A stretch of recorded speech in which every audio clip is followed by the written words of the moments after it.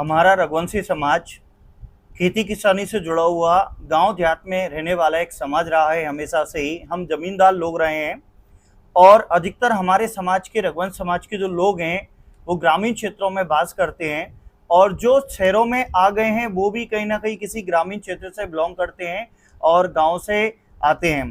तो मेरा एक मानना है कि हमारे रघुवंशी समाज के जितने भी बच्चे हैं, अधिकतर मैंने ऐसा देखा है, मेरा अनुभव रहा है कि वो 10th और 12th में अच्छा परसेंट बनाने के बाद भी आगे सक्सेस नहीं हो पाते हैं, बेरोजगारी की लाइन में खड़े हो जाते हैं। तो मैं समाज के लिए सामाजिक जनों से कुछ सुझाव देना चाहूँगा मेरी तरफ से, क्योंकि मैं भी एक शिक्षक रहा हूँ। Toppers point coaching classes Kalani Nagar Indore में जो है उसका संचालक रहा हूँ। दिन भर बच्चों के बीच में रहता हूँ, बच्चों को काफ़ी अच्छे से समझता हूँ। तो सामाजिक जनों को मैं मेरी तरफ से कुछ सुझाव देना चाहूँगा।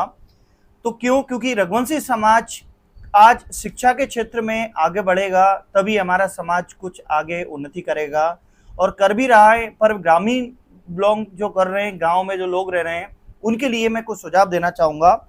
पहली बात, जब भी बच्चा आपका 10वीं में अच्छा परसेंट बना लेता है या 10वीं में कोचिंग लगाता है, तो जो भी रघुवंश समाज के लोग हैं वो अपने बच्चों के साथ में उसके कोचिंग के स्कूल के टीचर से, या आपका कोई रिलेटिव हो जो पढ़ा लिखा हो या आप खुद उस चीज़ में सक्षम हो, तो आप बच्चे को पर्सनली गाइड करें कि आपको तेरे को पीसीएम सब्जेक्ट लेना है कि पीसीबी सब्जेक्ट लेना है कि कॉमर्स की फील्ड में जाना है कि आर्ट्स की फील्ड में जाना है। बच्चा अपने अनुसार खुद से आर्ट्स ले लेता है, एग्रीकल्चर ले लेता है और उसकी इच्छा होती है मेरे को गवर्नमेंट जॉब में जाना है। गवर्नमेंट जॉब में 100 में से 2 बच्चा सक्सेस हो जाता है, बाकी जो 98% बच्चा है वो कहीं ना कहीं गांव देहात में ही भटकते रहता है। तो पहली जरूरत ये है कि आप उसको कहीं ना कहीं आप उसको थोड़ा सा उसको मोटिवेट करें और ज़्यादा से ज़्यादा उसकी हेल्प करें। तो हेल्प करने के लिए आप क्या कर सकते हैं, उसको सब्जेक्ट दिलाने में, सब्जेक्ट दिलाने से पहले की ही बात ये कि आप उसको क्या करें कि स्कूल में जब वो पढ़ रहा है 10वीं में, तो उसके स्कूल से जाके मिलें और उसके टीचर से मिलें, कोचिंग में जाके मिले, उसकी पढ़ाई का लेवल क्या चल रहा है। अधिकतर हम लोगों ने ये देखा है कि रघुवंश समाज के जो बच्चे होते हैं आसपास के गांव से पढ़ने के लिए आते हैं और शहरों में रूम ले लेके रह लेते हैं। उनके मम्मी पापा जो होते हैं बच्चों को ही फीस दे देते हैं, बेटा तू तेरे टीचर्स को दे देना, स्कूल में फीस भर देना, जो कि गलत बात है। आप बच्चे को फीस ना दें, उसको सुविधाएं दें। सुविधाएं किस रूप में देंगे, आप उसके स्कूल में जाके उसकी फीस जमा करिए, आप उसकी कोचिंग में जाकर उसकी फीस जमा करिए और उसके टीचर से पूछिए इसकी पढ़ाई क्या चल रही है, ये स्कूल आता है, कोचिंग आता है, नहीं पढ़ रहा है, और उसको आप समय दीजिए। उसको आप उसके रूम में बैठ के उसके साथ खाना खाइए, उससे पूछिए उसके कौन से दोस्त हैं, क्या उसका लेवल चल रहा है, उसके टेस्ट में क्या रहा है, और कहीं ना कहीं अगर वो पढ़ाई में कमजोर जा रहा है तो उसको मोटिवेट कीजिए, उसको कहीं ना कहीं आगे लेके आइए। आपको उसको समय देना पड़ेगा। उदाहरण के तौर पे आपको एक मैं बात बताता हूँ। 2 चीजें होती है, जैसे आप अपन सब लोग गांव से बिलोंग करते हैं, अपन जनरली जानते हैं कि 2 टाइप के जानवर हैं। अगर एक जानवर के पास में उसका मालिक अगर खड़ा हुआ है तो वो जानवर अच्छे से पेश आएगा, मजाक मस्ती नहीं करेगा, उछल कूद नहीं करेगा। तो ऐसे ही बच्चे भी होते हैं, मैं बच्चों को जानवर नहीं कहना चाह रहा हूँ, एक उदाहरण दे रहा हूँ। ऐसे ही बच्चे भी होते हैं, बच्चों के पीछे अगर उनके पालकों का हाथ होता है तो बच्चे भी अच्छे से पेश आते हैं, टीचरों के सामने अच्छे से रहेंगे, स्कूल में भी अच्छे से रहेंगे, टाइम टू टाइम जाएंगे। उनके अंदर एक डर रहता है, उनको लगा रहता है कि मेरे पापा ने बोला हुआ है, मेरे को ये करना है, इस टाइप की चीजें। दूसरी चीज, बच्चों को भावनाओं को समझें, उनको समय दें, उनको अपने परिवार के बारे में बताएं, अपने दादा परदादा के बारे में बताएं, अपना परिवार कैसे आगे बढ़ाएं।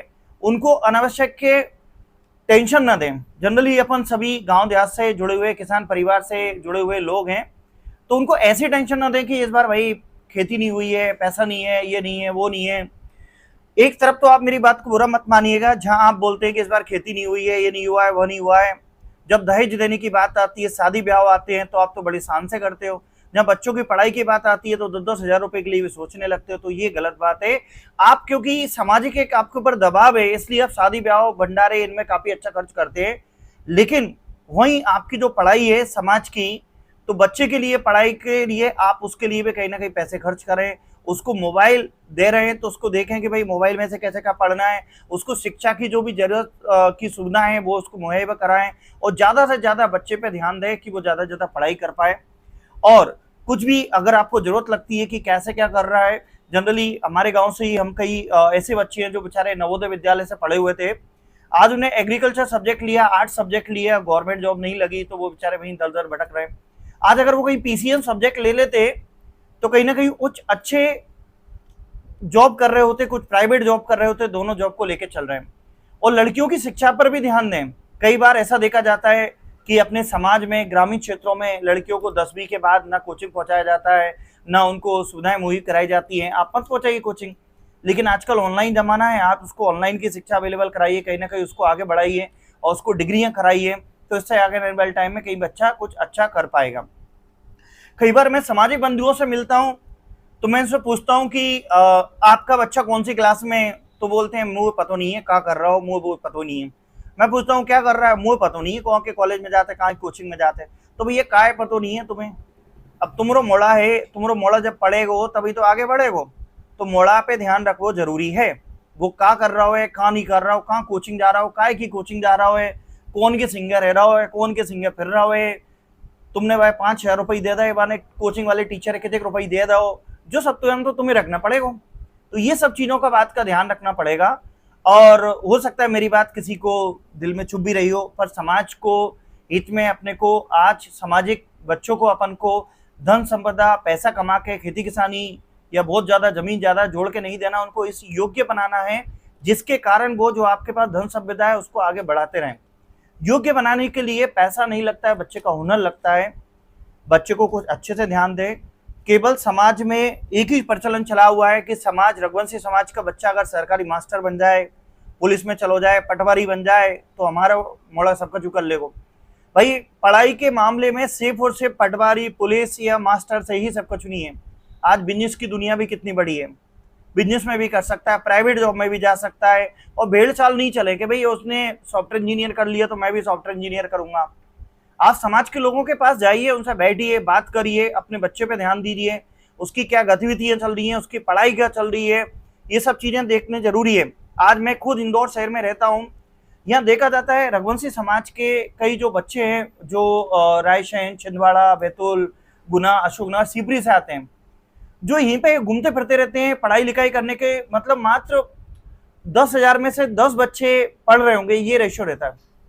बाकी बच्चे क्या कर रहे हैं, टाइम पास करते रहते हैं, घूम रहे हैं, फिर रहे हैं, इसके साथ उसके साथ, ये चीजें।